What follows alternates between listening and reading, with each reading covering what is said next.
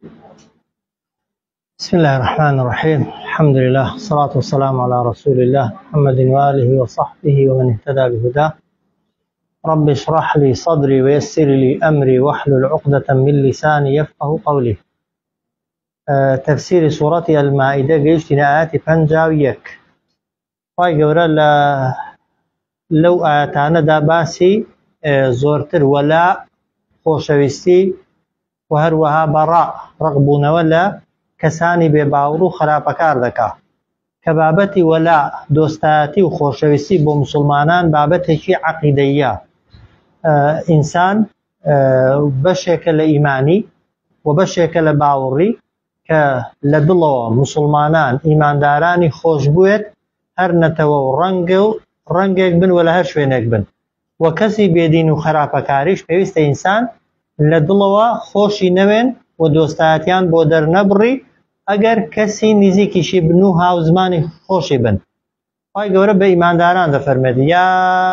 ئەیها الذین ئامنوا، ئەی ئەوانەی کە باوەڕتان هێناوە خۆتان بە باوەڕدار دەزانن، لا تتخذوا اليهود والنصارى، لا تتخذوا يعني مەگرن اليهود هەرچی یەهودی هەیە هەرچی جوولەکە هەیە، والنصارى وأوانشي كنصرانين وشوين كوتي عيسى پیغمبرن بأولياء بدوستو سرپرشتكاني خوتان بهيج شويكي بوتان نية بيان كان با خوشويستو دوستو هاوري ورفيقي خوتان كسانك كجولكن يان نصرانين وبهمان شوي طبعا أو كسانشي جوولەکەنین بەڵام عەمیلی جوولەکەن طبعا هەمان حکمیان هەیە. ئەگەر خودی جوولەکەکە دروست نەبێ خۆشت بوێ، ئەو کەسەشی کە بە کرێجەراوی جوولەکەی هەر دروست نێ خۆشت بوێت. ئەگەر دروست نەبێ نەسڕانیەکت خۆش بوێ کە ئەهلی کتابە، دروست نییە کەسێکیش خۆش بوێ کە عەمیلی طبعا نەسڕانیەکیە. و هەروەها بە هەمان شێوە ئەدی ئەوانەی کە مولحیدن کە ئیمانیان بە هیچ دینێکی ئاسمانی نییە، ئەوانە حکومەکان خراپتریشە. خۆ ئەهلی کتاب تۆزێک لە ئیسلامدا ئەهوەنترن، هەندێک یاسا و ڕێسایان لەگەڵ مسلمانان و هەندێک بابەت و ئیعتیقادیان لەگەڵ مسلمانان یەکتر دەگرێتەوە. ئەوانە دروست نین خۆشت بوێن. ئەی ئەوانەی کە ئاگر پەرستن، ئەوانەی کە گا و مانگا دەپەرستن، یا ئەوانەی کە مولحید و وەک دەڵێ دینێکی دیکە بانگەشە بۆ دەکەن جگە لە ئیسلام و بەدوای هەوا و حەزی خۆیان یائی خەڵکێکی دیکە دەکەون، ئەوانش بە هیچ شێوەیەکی دروستنی ئینسان دۆستایەتی و خۆشەویستیان بۆ دەرببڕێ. یا ئەیها الذین ئامنوا، ئەی ئەوانەی کە باوەڕتان هێناوە و خۆتان بە باوەڕدار دەزانن، لا تتخذوا اليهود والنصارى، مەگرن ئەوانەی کە یەهودین و هەروەها ئەوانەی کە نەسڕانین بە ئەولیاء، بە دۆست و سەرپەرشتیکار و هاوڕێ و ڕەفیقی و خۆشەویستی خۆتان. ئەوە یەک. بعضهم أولياء بعض، بعضهم هندجيان هندك لا جولككان ونصرانيكان ولواني كبيدينن أولياء بعض دوستي هندجيان أوان لبيني خوان ده هميشه پشتیوان يارمتي داري يكتر دكن لبرانبر مسلمانان ده. بعضهم هندجيان أولياء دبنا دوستو پشتیوان ويارمتي داري هندجيان. وایا ئەوەی دەیبینین ئێستا لە جیهانی ئیسلامیدا و کاتی خۆشی لە سەردەمی پێغەمبەر داوا بوو صلی الله عليه وسلم، پێش ئەوەی کە پێغەمبەر بێ شەڕی خوێناوی لە بینی نەسڕانیەکان و یەهودیەکاندا هەبوو، بەڵام کە هاتنە سەر دژایەتی پێغەمبەر و ئیسلام هەمویان بوون بێ قسە. لەناو جوولەکەکاندا بۆچوونی جیاواز و هەروەها تەوڕاتی جیاواز و ئیعتیقادی جیاواز هەیە، بەڵام کە دێتە سەر دژایەتی مسلمانان هەمویان یەک دەنگن و هەمویان یەقسەن، هەر وەکو چۆن ئێستا بە چاوی سەر دەبیندرێتە. بەڵام خۆ هەموو دنیای طبعا ئەوروپا و ئەوانە زۆرتر جیهانی مەسیحین، بەڵام بە هەموو هێز و قووەتێک دەعمی جوولەکەی دەکەن لە بەرامبەر مسلماناندا، لە بەرامبەر ئیمانداراندا. بعضهم هندێکیان دۆست و ئەولیا، دۆست و سەرپەرشتیکاری هندێکیانن. جا خوا دەفەرمێ ومن يتولهم، هەر کەسێک دۆستایەتی ئەوان بکات منکم لە ئێوە، حکمەکەی زۆر زۆڵتوندا. دەفەرمێ فإنه منهم، بێگومان ئەو کەسە لە ئەوانە. يعني كسك جولكي خوش بوي پشتیوانی لە جوولەکە بکە و هەروەها پێی حەق بن پێی ڕاز بن و پێی وابێ ئەوەی دەیکەن چاکە و باشە لەگەڵ خودی جوولەکەکەی کە جەریمەکەی دەکات و ئیعتیقادە خراپەکەی هەیە یەک زەڕە فەرقی نییە. خۆی گەورە بە دوو شێوە جاری یەکەم پێت بانگت دەکا ئەی ئیماندار نەکەی دۆستایەتی جوولەکە و نەسڕانیەکان بکەیت و دواتر هەڕەشە دەکا و دەفەرمێ وەمەن یەتەوەلەهم هەر کەسێک دۆستایەتیان کات لە ئێوە فإنه منهم بێگومان ئەو کەسە لە ئەوانە یعنی حەشری لەگەڵ ئەوانە حکمی ئەوانی بەسەردا جێبەجێ دەکرێت و لە قیامەتیشدا خۆی گەورە لەگەڵ ئەوان محاسبەی دەکات و لەگەڵ ئەوان دەیخاتە جەهەنەمێ. إن الله بێگومان خوا لا يهدي القوم الظالمين ڕێنمونی ناکە ئەو کەسانەی کە ستەمکارن. بۆی ئاگامان لێ بێ مەسەلەی دۆستایەتی و خۆشەویستی دڵ بۆ کەسێک کە ئیمانی نییە یان شریعەت و یاسای خی گەورەی قبول نییە زۆر زۆر خەتەرە. کەسێک لە دنیادا یەکێکی لەو بابەتانەی خۆش بوێت ئەگەر بە هەزاران شەو نوێژ و عیبادەت و خواپەرستیشی هەبێ خواپەرستی و نوێژ و عیبادەت دەگەر فێری ئەوەی نەکردبی لە ناقەوە مسلمانت خۆش بوێن و هەروەها خەڵکی بێدین و لادینت ڕق لێ ببێتەوە بزانە دینداریەکەت زەڕێک ئیستیفادەی نەبووە. فرمودەمان هەندێک لە سەحابەکان دەفەرموون ئەگەر کەسێک لە کۆڵەکەی مزگەوتی خۆی ببەستێتەوە یعنی چۆن کۆڵەکەکە لە ناو مزگەوتێ نایەتە دەرێ هێندە لە ناو مزگەوتێدا بمێنێتەوە ئەگەر وەلا و خۆشەویستی بۆ مسلمانان نەبێت یان عەکسەوە خۆشەویستی بۆ کەسانی بێدین هەبێت ئەوە هیچ ئیستیفادەی پێ ناگەێنێت. بۆیە خوا دەفەرمێ یا ئەیها الذین ئامنوا ئەی ئەوانەی کە خۆتان بە باوەڕدار دەزانن يا أيها الذين آمنوا أي أوانيك خوتان بباوردار دزانن لا تتخذوا اليهود والنصارى أولياء مقرن أواني يهودي ونصرانين بدوستو سرپرشتكاري خوتان كا يهودي ونصراني دروز نبي بيان كين بدوستو سرپرشتكاري خومان قوتمان بهيج شويكي دروسنيا ئەوانەی کە خاوەنی هیچ دینێک نینە خاوەنی هیچ مەبدەئێک نین و بە هیچ جۆرێک لە جۆرەکان ئیسلام و قورئان و شەریعەت و یاسای تۆیان قبول نییە دروست نییە دۆستایەتیان کەی و لە ناخەوە خۆشت بوێت. جا خوا دەفەرمێ بعضهم ئەولیاء و بعض ئەوان لە بینی خۆیاندا هێندێکیان دەبنە دۆست و پشتیوان و یارمەتیدەری هێندێکیان ومن يتولهم منكم فإنه منهم هر کەسێک دۆستایەتی ئەوان بکا لە ئێوە فإنه منهم بێگومان ئەو کەسە لە ئەوانە إن الله لا يهدي القوم الظالمين بێگومان خوا ڕێنمونی کەسانی ستەمکار ناکە. ئەو جار ئاەتی دواتر خوا دەفەرمێ فترى الذين في قلوبهم مرض فترى دەبینی الذين في قلوبهم مرض ئەوانەی لە دڵیاندا نەخۆشی هەیە چ دەکەن نەک یەهودیەکانیان خۆش دەوێ نەسڕانیەکانیان خۆش دەوێ بەڵکو یوسارعون فیهم پێشپڕچێ دەکەن و پەلە دەکەن لە خۆشەویستی دەربڕین بۆیان و پشتیوانی لێکردنیان وەکو زۆرینەی سەرانی دەوڵەتانی مسلمان مسابقە و پێشبڕچیانە لەوەی کە کێ زۆرتر پەیوەندی و عیلاقەی لەگەڵ ئیسرائیل و دەوڵەتی جوولەکە و ئەو جیهانەی دیکە کە جیهانی ئیلحاد و بێدینیە دروستکە بە حسابی خۆی بۆی لە شەڕ و فیتنە و ناڕەحەتیەکانیان پارێزراو بێ. جا ئەگەر لێیان بپرسی بۆچی دۆستایەتی کەسێک دەکەی کە بێدینە کە یەهودیە کە نەسڕانیە دەڵێن چی بیان و یان چیە؟ یەقولونە دەڵێن نەخشا ئێمە دەترسین ئەن توصیبەنا کە توشمان ببێت دائرەتون دائرە یعنی موسیبەت و کارەسات و ناخۆشیەک لەلایەن ئەوانەوە دەترسن لێماندن دەترسن دەوڵەتمان بڕوخێنن دەترسین بمان کوژن دەترسن وامان لێ بکەن وامان لێ بکەن هەنی بیانووی لاواز و زەعیف دێننەوە بۆ خۆشەویستی دەربڕین بۆیان بەڵام خوا دەفەرمێ فعسى الله أن يأتي بالفتح فعسى الله زۆر نزیکە خوا أن يأتي بالفتح ببەخشێ بە پێغەمبەر صلی الله عليه وسلم بۆ بە مسلمانان سەرکەوتن لە دەستی خوایدا لە دەستی ئینسانەکاندا نییە. ئێستا دۆستایەتی جوولەکە و بە بەکرێگیراوەکانی ئەوان دەکەی ئەیگە ڕۆژێک خوای گەورە مسلمانانی سەرخست فعسى الله نزیکە خوا أن يأتي بالفتح بێنێت سەرکەوتن و ڕزگاری بۆ مسلمانان أو أمر من عنده يا لواني إخوائي قورة فرماني خوي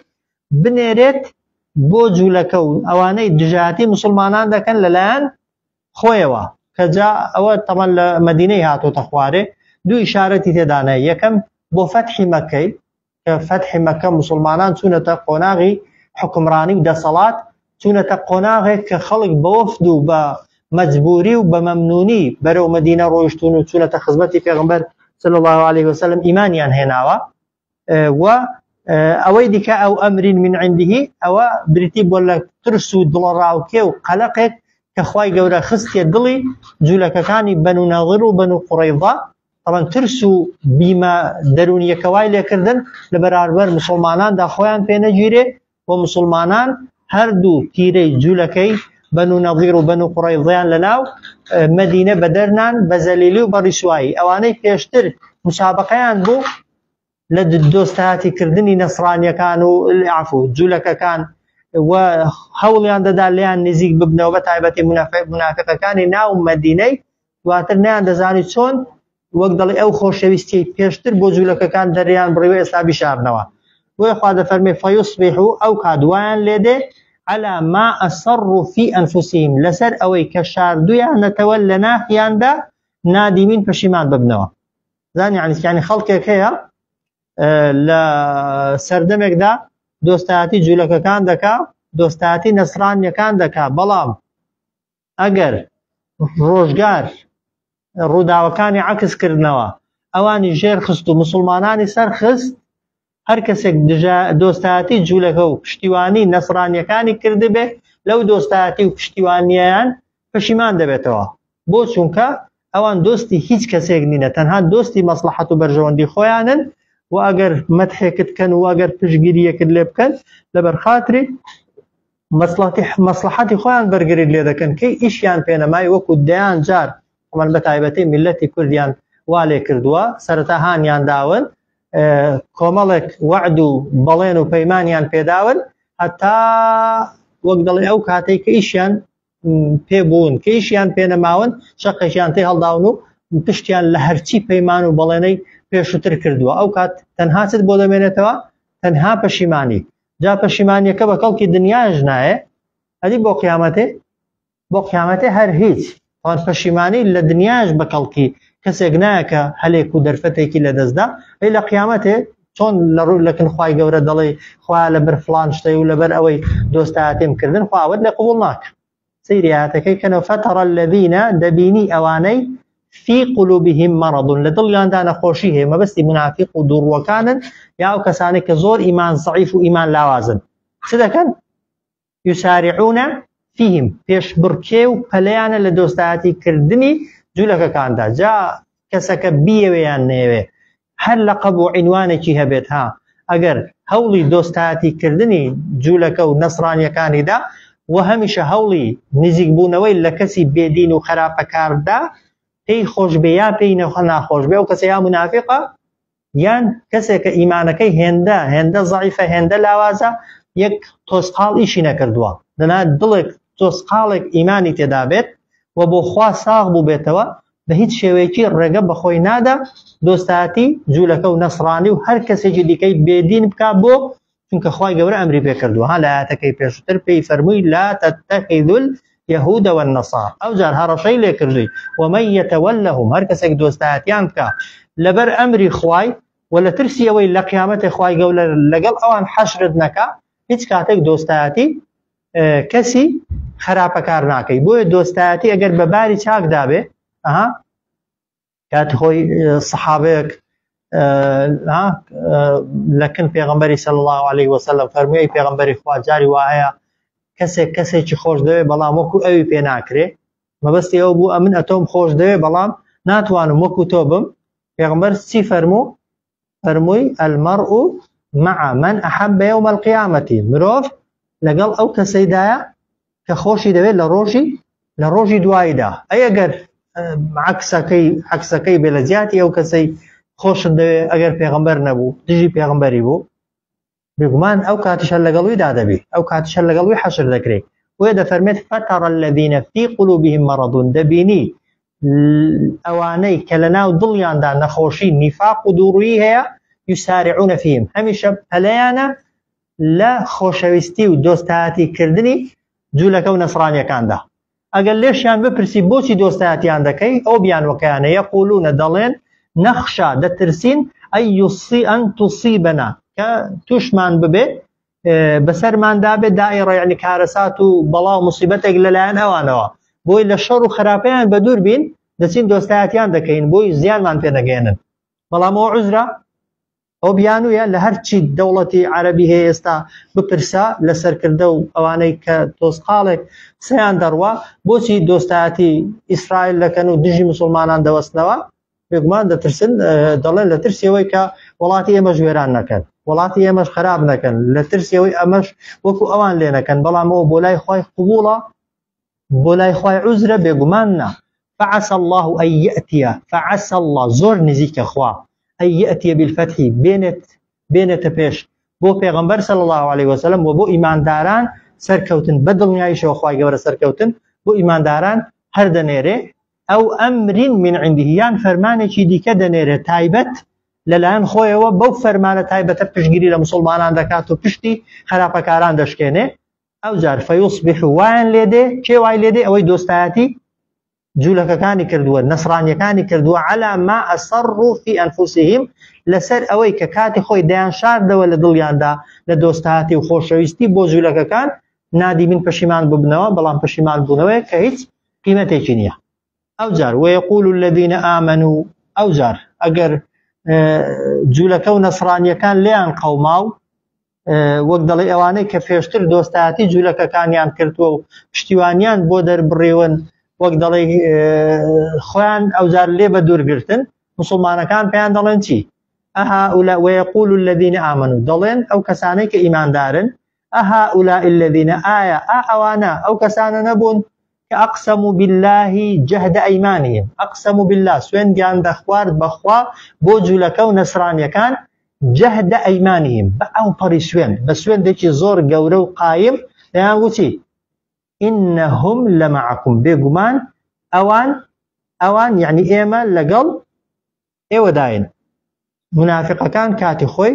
کە دەچوونە لای جوولەکەکانی بەنو قوڕەیضە و بەنو نەضیر بە شێوازێک بەنو نەضیر و بەنو قوڕەیضەیان لە پێغەمبەر هان دەدا دەیانگوت دژایەتی محەممەد بکەن ڕوبەڕووی محەممەد بوەستنەوە سوێند بێ شەڕتان لەگەڵ بکە ئێمە شەڕ لەگەڵ محەممەد دەکەین دەرتان کا ئێمە دەینە بەرەی ئێوە بەڵام کە پێغەمبەر دەریکردن هیچ منافقێک لەگەڵ جوولەکەکان ڕۆی بێگومان نا. هەموو ئەوانەی کە پێشتر خۆشەویستیان بۆ جوولەکە دەردەبڕێ و ئیستعدادیان دەردەبڕی کە لەسەر جوولەکە خۆیان بەکوژدەن کە لێیان قەوما هەموویان پشتیان تێکردن بۆ ئێستا شەروە ئیسرائیل لە لوتکەی دەسەڵات و هێزدایە خەڵک کلک و وەک دەڵێ پشتیوان و یارمەتی دەری زۆرن ئەگەر لێی قەوما وەرە ببینە بزانە کێ ئێستا نوقەی لێ نەهاتووە و دەنجی لێ نەهاتووە و بەدڵ حەزی کردووە ئیسرائیل سەرکەوێ بەڵام ئەو کاتە لەعنەتی لێ دەکا یان خۆی دەکاتە پاڵەوان و دەڵێ لە ئاوام گوت و ئاوام کرد کە بەبێ گومانی منافقەکانی سەردەمی پێغەمبەر صلی الله عليه وسلم بەو شێوازەی بوون بۆیە موسڵمانان لە کاتی دەرکردنی منافقەکە یعنی جوولەکەکاندا ئەویان بەبیر منافقەکان دەهێنایەوە و هەروەها بەگوێی جوولەکەکانیشیان دادەدا کە جوولەکەکان بزانن دۆستەکانی ئێوە چێن. پێغەمبەر نسحەتی دەکردن دەیفەرموو ئیمان بێنن یان بەبێ شەڕانگێزی لە مەدینەی دانیشن. پێغەمبەر دڵسۆزانە دەیگوت ئەگەر لەسەر دینی خۆشتان دەمێننەوە لەسەر دینی خۆتان بمێنەوە بەڵام خیانەت مەکەن ناپاکی مەکەن دژایەتی موسڵمانان نەکەن. پێغەمبەریان بە دوژمنی خۆیان دەزانی لەبەرەوەی ڕاستی پێدەگوتن بەڵام منافقەکان کە بە درۆ پشتیوانیان لێ دەکردن دەیانکردن بە دۆستی خۆیان بەڵام چێ بەکەڵ یعنی قسەی چێ ڕاست دەرچوو بێگومان قسەی پێغەمبەر و ئەگەر بە قسەی پێغەمبەریان کرد بە ئەو کات شەڕانگێزی و پیلانگێڕیان نەکرد بە ئێستاش تەمان لە ناو مەدینەی پێغەمبەردا جوولەکە هەر دەمان چونکە پێغەمبەر صلی الله عليه وسلم و ئیسلام ڕێگات نادا لەسەر دین دژایەتی هیچ کەسێکی بکەیت. جوولەکە ئێمە لەسەر دینەکەی دژایەتیان ناکەین بۆ خۆی دینی خۆی پەیڕەو دەکا ئەگەر لە وڵاتی موسڵمانان بێ معبەد و پەرزگاشی بۆ دروست دەکرێت دەشپارێزرێ بەڵام لەسەر خوێن ڕێژی و خراپەکاری دژایەتی دەکرێن کە کاتی خۆش چەندجار هەوڵی تەمان خراپەکاری شێوینانەوە کوشتنی پێغەمبەریاندا صلی الله عليه وسلم ئەو جار پێغەمبەر ناچار بوو بەدەریان لێ. ويقول الذين آمنوا ضلين أو كسانك إيمان دار أهؤلاء الذين آية أو كسان طبعا ويقول الذين آمنوا ضلين أو كسانك إيمان دار بشي ضلين بجولك كان وبيريان ديلنا ودلين أهؤلاء أوانا نبون الذين أو كسانك أقسموا بالله سوين يان دخوارد بخوا جهد أيمانهم بأو برسوين كذا يقول إنهم لمعكم بيقمان إما يان أو منافق دروانا لقل إيوة دا دبينو بشتواني لإيوة دكين بلان باي قورة فرمت حبطت جارية كم زرر كرديان سيبو منافقة كان للدوستاتي كردن وبشتواني كردن يجولك وخرابة كاركان وابو حبطت أعمالهم كردوا كان ين هلو شايوه 1 مليان چاکە و حەسەناتت هەبێ ئەگەر محبەت و خۆشەویستی خەڵکی بێدین لە دڵت دابێ هەر هەمووی یەکسان دەبێتەوە بە سفر. حەبیطەت ئەعمالهم کردەوەکانیان بۆ قیامەتێ هەر هەمووی هەڵۆشایەوە. ئەوجار فەئەصبەحوو واشیان لێهات خاسرین بۆ قیامەت بوونە کەسانێکی زەرەرمەند و خەسارەتمەند هیچیان بۆ نەمایەوە نە لە دنیادا نە لە قیامەت. بۆیە دۆستایەتی کەسی بێباوەڕ و خراپەکار لەلایەن کەسێکی خۆ بە موسڵمان زان جگە لە زەرەر جگە لە زیان هیچ قازانجێکی نابێ بۆ دنیا و قیامەت. ويقول الذين آمنوا ديانغوت إيمان داركان أهؤلاء الذين أقسموا بالله أوانا أو كسانا نبون ككاتي خويسوين ديان بودا خواردن بجهد أيمانهم بأو قريسوين يعني دقوتن إنهم كأوان لقل إيه ودان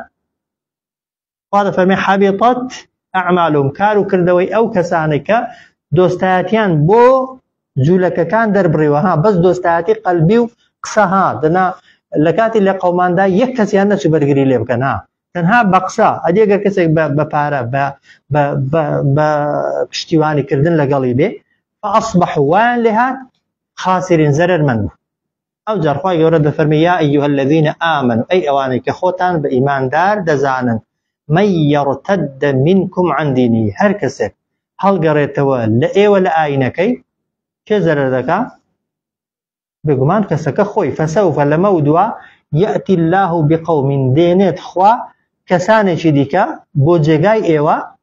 كأو صفتيانا يحبهم يعني خواي قورا اواني خوش دوي ويحبونه اواني شخوان خوش دوي او قورتكين طبعا تايبت مندي انسان ايمان دار او يقل صفتا كان يعني يحبهم خواي قورا خوشي دون و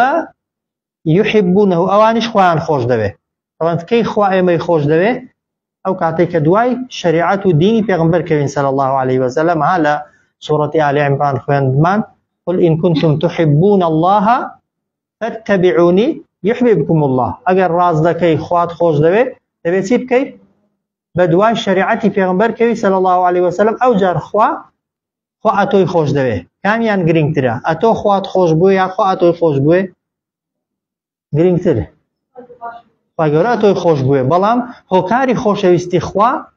بەسراوەتەوە بە شوێنکەوتنی پێغەمبەر صلی الله عليه وسلم تەنها قسە نییە. بۆیە تایبەتمەندی یەکەمی ئیمانداری ڕاستەقینە ئەوەیە کە خوای خۆش بوێ و بە ئەندازەیەکیش بە قسەی خوا بکە خۆی بکاتە خۆشەویستی خوش. دووەم سیفەتیان ئەذیلەة علی المؤمنین زۆر خۆ بەکەم زان و بێدەسەڵات پیشان دەدەن خۆ بەکەم دەزانن لە بەرامبەر ئیمانداراندا. ئەذیلە یعنی خۆ بەکەم زانن متواضعن بيد صلاة خوان دنوينن لبرامبر چه؟ لبرامبر إيمان داران دا. صفة سيميان عزة على الكافرين خاون شكو ريزو غيرتو شهامة لبرامبر كافران دا كبدا خوز لكن زورك لمسلمانان عكس بوتوا لبرامبر مسلمانان دا جاري وها زماني دريج و زماني تيش لبرامبر كافران دا بيدنگو دولي سركس كأو صفة إنسان إيمان دار نية لهر كسي جدابه أذلة على المؤمنين خوان بكم دزانن لبرامبر إيمان داران دا أعزة خاون شكو غيرتو آزات لبرامبر كافران دا أو صفة السهم صفة شوارميان يجاهدون في سبيل الله تيدا كوشن لبناوي خوا يعني تيدا كوشن لبناوي خوا يعني خزمتي ديني خوا دا كان بويك لدى صلاة ياندا هيا جاء بزمان بمال بجستي خود بروحي خود بهرچيك كالدين بيوستيتيا لدى صلاة خود دايا يجاهدون في سبيل الله تيدا كوشن لبناوي خوا أو زار صفتي كي ديكان بريتيالتي ولا يخافون ناش ترسن لومة لائم للومي لومة كاران كخدمتي ديني خوا دكن مرجع همو خلق مدحتك همو خلق بيد رازي بي بهوي خلق فرشي سورة بوراخاو دست بو بسينجيواني بيقومان نا خدمت كردني دين دقنجي زب کردنی تێدا بێ دژایەتی کردنی تێدا بێ توهمە و بوختان هەڵبەستنی تێدا بێ سزم کردن و دەربەدەرکردنی تێدا بێ و بگاتە کوشتن و وەک دەڵێن لەناوبردنی شت بەڵام کە ئیشێک دەکەی عەبدی خوای گەورە تەنها حسابی ئەوەی دەکا خوا ڕازی یا ڕازی نییە کە خوا ڕازیە بە هەموو خەڵک ناڕازی بێ هیچ مشکلە نییە ولا يخافون ناترسن لومە لە لۆمە یعنی سەرزەنشکردنی لائیمە و کەسانێک کە سەرزەنشتیان دەکەن جا خوا دەفەرمێ ذالکە ئەو هەستا ئەوە کە خوات خۆش بوێ و خوا خۆشی بووی ئەوە کە خوات ئەو دڵی دابیە لە بەرامبەر مسلماناندا متواضع بی خۆت بەکەم بزانی بەڵام بەرامبەر کافران ئازا و بەغیرەت بی ئەو جار هەمیشە هەوڵی خزمەتکردنی دین دەی بەوەی کە لە دەسەڵاتتدایە و لە تواناتدا هەیە پاشان خوای گەورە ئەو هەستە داتێ کە ئیشێک دەکەی و قسەیەک دەکەی تەنها و تەنها یەکشتر لە مێشکیدا ئەویش خوا ڕازیکردنە خەڵک طبعا ئەوە نیشانەی ئیخلاسیشە کە مەرجی قبولبوونی هەموو عیبادەتێکە کاتێک کە کردارێک دەکەی خەڵک مەدحی کردی و ذەممی کردی پێت وەکو یەک بێ ئەو جار دەردەکەوێت کە تۆ ئیشەکەت خالیسەن مخلیسەن بۆ خوا کردووە سەروەت و سامانێکت پێ دەیبەخشی وایە یەکێک لەوانەیە بڵێ ئەی چەند بەخشندێ و بڵێکی چەندە چاکی هەیە وایە یەکێکی لەوانەیە بڵێ چەندە ڕیابازە و خۆی دەردەخات و وەک دەڵێ بە پارەکەی دەیەوێشتی دەستکەوێ ئەگە هەردووکیانت پێ وەکو یەک بوون نە بە مەدحەکەی لە خۆبایی بووی نە بە زەمەکەی دڵت تون بوو ناڕەحات بووی زانە بۆ خوا ئیشەکەت کردووە ولا يخافون اللومة لائم ئەوانەی کە لە لۆمەی لۆمەکاران ناترسن خوا دەفەرمێ ئەوە فەضل الله بەخشش و چاکەی خوایە هەموو کەس بەنسیبی دەبێ بێگومان نا یؤتیه خوای گەورە دەیبەخشێت من یەشاء بە کەسێک کە خۆی بیەوێ یعنی هەموو کەس قابلی ئەوەی نییە والله واسع علیم خوای گەورە دەروی فراوانە و ئاگاداری نهێنی دڵەکانیش واضحە یا أيها الذين آمنوا جاوە دوو کەس هەبوون لە سەردەمی پێغەمبەردا صلی الله عليه وسلم یەکیان ناوی ڕوفاعی کوڕی زەید بووە یەکیان ناوی سوەیدی کوڕی حارث بووە سەرەتا بوونە مسلمان دواتر بوونە منافق و دووڕوو و هەروەها دووڕووی و منافقیەتیەکە ژوای لێکردن دواتر بەیەکجاری تەمەن لە ئیسلام هەڵگەڕانەوە و پاشگەز بوونەوە خوای گەورە ئەو ئاەتەی لەسەر ناردە خوارێ فەرمووی ئەی ئەوانەی کە خۆتان بە ئیماندار دەزانن ئاگادار بن یا أيها الذين آمنوا أي أوانك إيمان دارن من يرتد منكم عن دينه هر كسيك هل قريت ولا إيه ولا عينكي فسوف يأتي الله بقوم لمودوا دينيت خوا كسانك يحبهم ويحبونه خوا خوشي دوينو أوانش خوان خوش دوي أذلة على المؤمنين خوان بكم دزانن ببيد الصلاة بشان دادن لبرانبر إيمان داران دا أعزة على الكافرين خاوني شكو هێزوو وەک دەڵێ غیرەتیش پیشان دەدەن لە بەرامبەر کافراندا یجاهدون فی سەبیل الله تێدەکۆشن لە پێناوی خوا ولا يخافون لومة لائم ناترسن لە لۆمەی لۆمەکاران ذلك فضل الله ئەوە بەخششی خوایە یؤتیه من یەشاء دەیدا بە هەر کەسێک کە خۆی بیەوێ والله واسع علیم خوای گەورە دەروی فراوانە و ئاگاداری نیەتی دڵەکانیش جارێکی دیکە خوای گەورە باسی دۆستایەتی و خۆشەویستی دەکاتەوە فرمي إنما وليكم الله طبعا بيشتر بيقولين كنابه دوستاتي جولكا ونصراني كام بكين و او جار بيمان در إنما وليكم الله ورسوله بيقمان دوستو سرپرشتیکاری ایو خواو پیغمبری خواه صلی الله علیه وسلم اوی که دبی ایو خوشتان بویتو خوشویستی بو در ببرن و بپشتیوان و یارمتی دری خوتانی بزانن تنها خواه ورسوله پیغمبری خواه صلی الله علیه وسلم والذين آمنوا أو كسانشي كإيمان دار جا هر كسيك بو خوي بنوسي رحمة عليه إنما وليكم الله ورسوله بيقمان دوستو سرپرشتكاري إيوا خواو پیغمبركيو والذين آمنوا أو كسانن كإيمان دار بس كام إيمان دارنا الذين يقيمون الصلاة أوانيك نوجكان يعني بجواني أنجام ددن ويؤتون الزكاة زكاة جلما لكان يعني دردكن أو جار وهم راكعون أوان هميشه ملكتو جوێرایاڵی فەرمانەکانی خوای پەروەردیگارن چونکە باسی نوێژە کراوە لێرە ڕکوع یەکێکە لە ڕوکنەکان کە دەڵێ وهم ڕاکعون یعنی ملکەت و وەک دەڵێ خۆ بەکەمزانن لە بەرامبەر خوای پەروەردیگاردا و هەموو فەرمانەکانی خوای پەروەردیگار جێبەجێ دەکەن هەر کەسێک ئەوە سیفەتی بێ ئەوە عادەتی بێ خواسی بۆ دەکا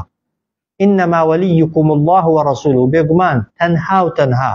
دوست ها إنما لزمان عربي دا بيدا وتر أداة حصر أجر بس إن بايا يعني دا جنجا